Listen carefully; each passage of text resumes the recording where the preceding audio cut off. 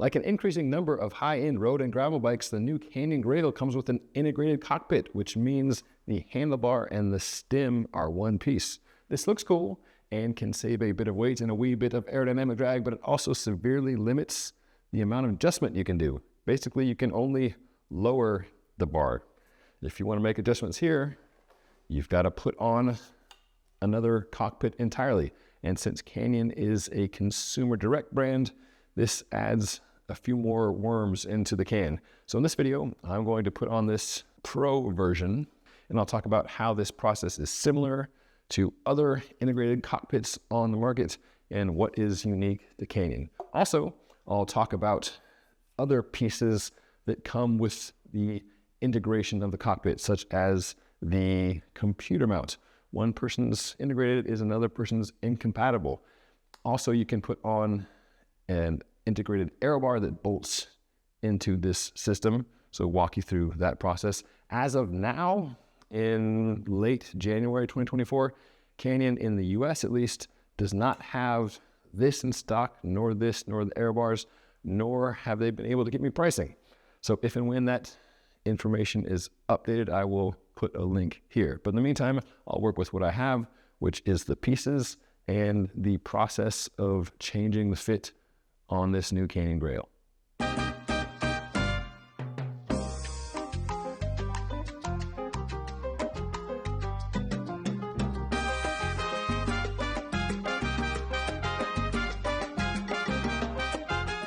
Bike fit is always a tricky thing, and particularly so with an online brand where you can't get on the bike ahead of time. Canyon has a bike fit calculator online, which takes your height and your inner leg length and spits out a bike size for you. For me, that works just fine and recommended this medium. Another thing to consider when thinking about stem length is the new so-called progressive fit. So for instance, this medium frame would normally be a 56 top tube, and in the Canyon Endurace road model, for instance, comes with a 100 stem. For medium in this progressive gravel geometry, the effective top tube is nearly 59 centimeters, and the stock stem is 70. So both net out to a total of 66 centimeters, but just one more thing to keep in mind when you're looking at stem length, if you're comparing it to a more traditional road sizing. To be clear, I'm not pro or anti-Canyon. Canyon makes great bikes, and the benefit of going consumer direct is you can save a lot of money.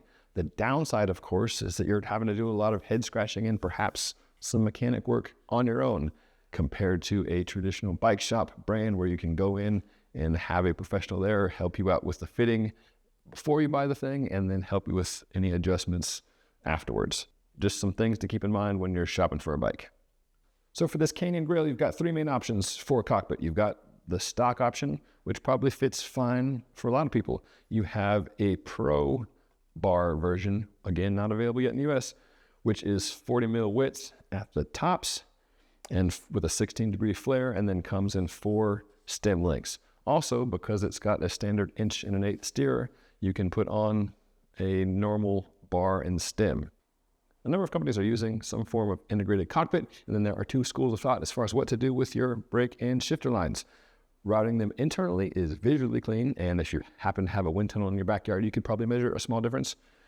The downside is that when it comes time to take the bar off to travel, you could find yourself in a pickle, and in this instance, like swapping out the cockpit, you would have to disconnect the hydraulic brake lines in order to make that swap. So here, I am happy to have the brake lines routed externally. So let's dig into swapping out this integrated cockpit on the new Canyon Grail.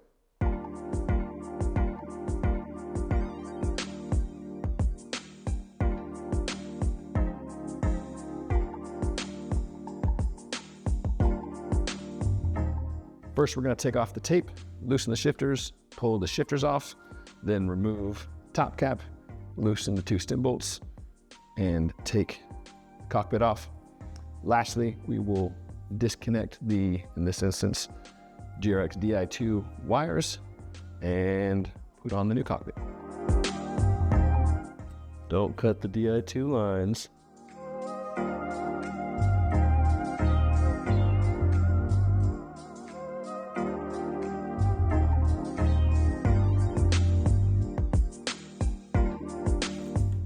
One cockpit off, another cockpit going on. First, let's talk about the computer mount. It bolts on the bar, which looks slick. Only problem is, as I mentioned, can't get this right now in North America as of late January. Thing bolts on top and on the bottom, and then pops off. It's just a little flexible plastic piece. I found it to be a little more flexible than I would like it as far as having a computer mount under there. Both the DJI and the GoPros that I use have image stabilization, so it's not that big of a deal, but for my money, I'd like this to be just a little bit stiffer. Also, to mount a computer light mount on, I put it in the Wahoo configuration and then use some longer bolts to bolt that thing on. If they have a light mount coming, I haven't yet seen that, but this was my hack in the meantime. So this guy, that's the most svelte method of detachment, but pops off. And then this bolted area is where you can bolt on the Aero extension mount, which I'll do later. Stock bar, pro bar. Stock bar, depending on the size, comes in anything from a 42 width to a 46 width, measured at the hoods, and then flares out at the drops. The two smallest sizes get a 42 with a 60 stem. This is a 44 with a 70 stem for the medium large, and then the XLs get a 46 wide bar with the 80 stem. One more difference in the Pro to the stock is that the Pro slopes down slightly on the tops for a little bit lower, more aero position than the standard one. Not a big difference, but you can eyeball it. Now we just do the process in reverse. Shimano's little DI tools help. Changed diameter slightly. 11 speed is a little bit wider, which is what this is, and then 12 speed is a little bit narrower. Helps for both snapping them on and popping them off in tight spaces, which is what cockpits often are. Houston, we have power. As you guys probably know, this top cap is just a preload. This is not what holds the handlebar on the bike. This is just what compresses all the pieces, the stem, your headset tightly together. And what holds the whole operation together are your stem bolts. So you get this tightened down to spec, which is not that hard. And then you tighten your bolts. And almost always the recommended torque is printed on the side. 5 Newton meters is pretty standard. And that's what this is. Whenever you've got a couple bolts in the same area, whether it's stem bolts here or up on front on a traditional setup, it's best to alternate tightening so you don't pinch it down on one side. So I'm just going to get it close with the 3-way and then get the torque to get it in precisely. Set the torque to 5.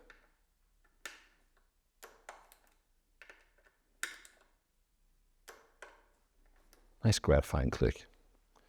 When setting up my levers from a raw bar, I like to get them ballpark in the stand, then put the bike on the floor, sit on the bike, and feel what's good before I tighten them down.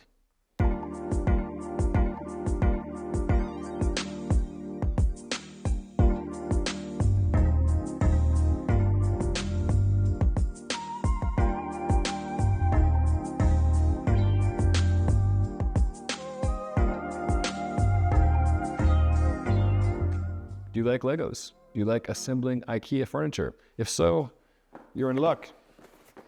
It's actually a pretty slick system.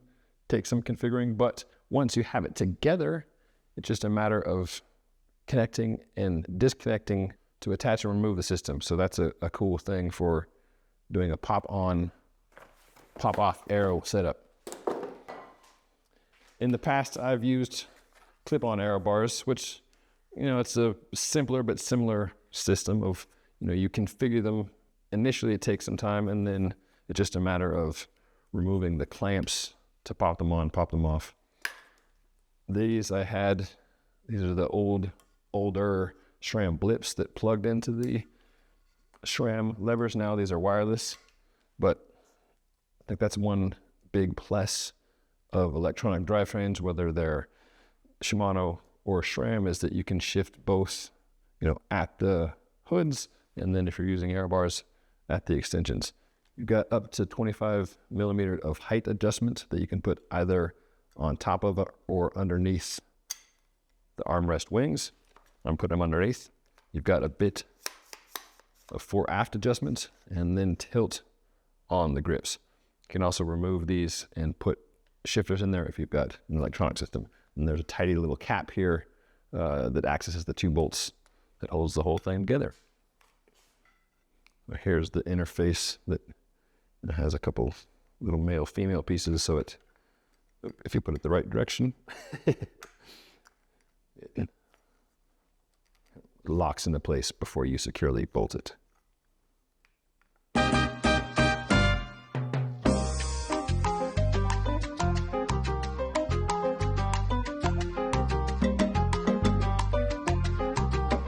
The last bit is the armrests, which are adjustable in a few different ways. And then this guy. Voila! A ballparked Aero Bar bolt-on. Again, to remove, take off the top cap, pull out the 2 bolts, and then 2 bolts to get this little base plate out. It's a pretty tight looking system. Now let's go put this thing out on the road, see how it goes.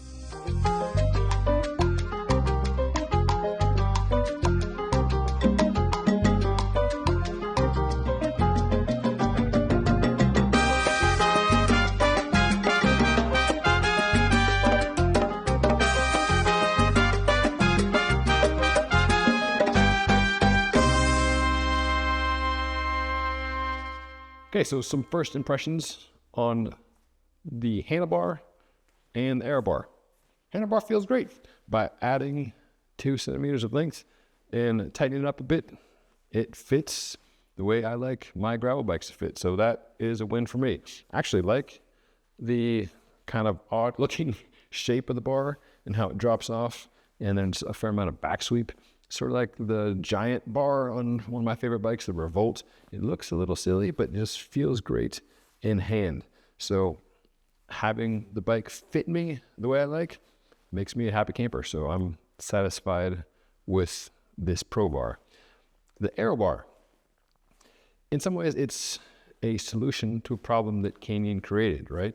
Like you can put clip-on aero bars on any standard round handlebar, but when you make your own integrated bar, you've got to figure out how to make your own integrated aero bar. This works pretty well. The adjustability is not something that would have bike fitters dancing around with joy. You've got, the 2.5 centimeters of stack height adjust. In the tall setting with the wings at the top, it was enough to get my hands underneath. You can't adjust the angle of the bar itself though. So while you can adjust the angle of the grips, they sat a little bit lower than I would have liked. So it's a cool solution. It looks slick for sure, nice and clean. I had some guys at the hygiene store where I stopped to meet some friends compliment the clean aesthetic of it. So that's certainly something that Canyon has going with its whole integrated system. And I think if I had this bike, this would be a good enough solution. Why would you put aero bars on a gravel bike? Some folks perhaps are going for speed. Some folks in the ultra endurance category are just looking for some relief, some change of hand positions, take the load off the wrists. And if you're out there all day, maybe somebody at night, aerodynamics absolutely matters. So hopefully this video was helpful for you. If so, please subscribe. That helps me out. Now I'm going to go wash this thing up, put it in a box, ship it back to Canyon. See you guys in the next video. In the meantime, enjoy the ride.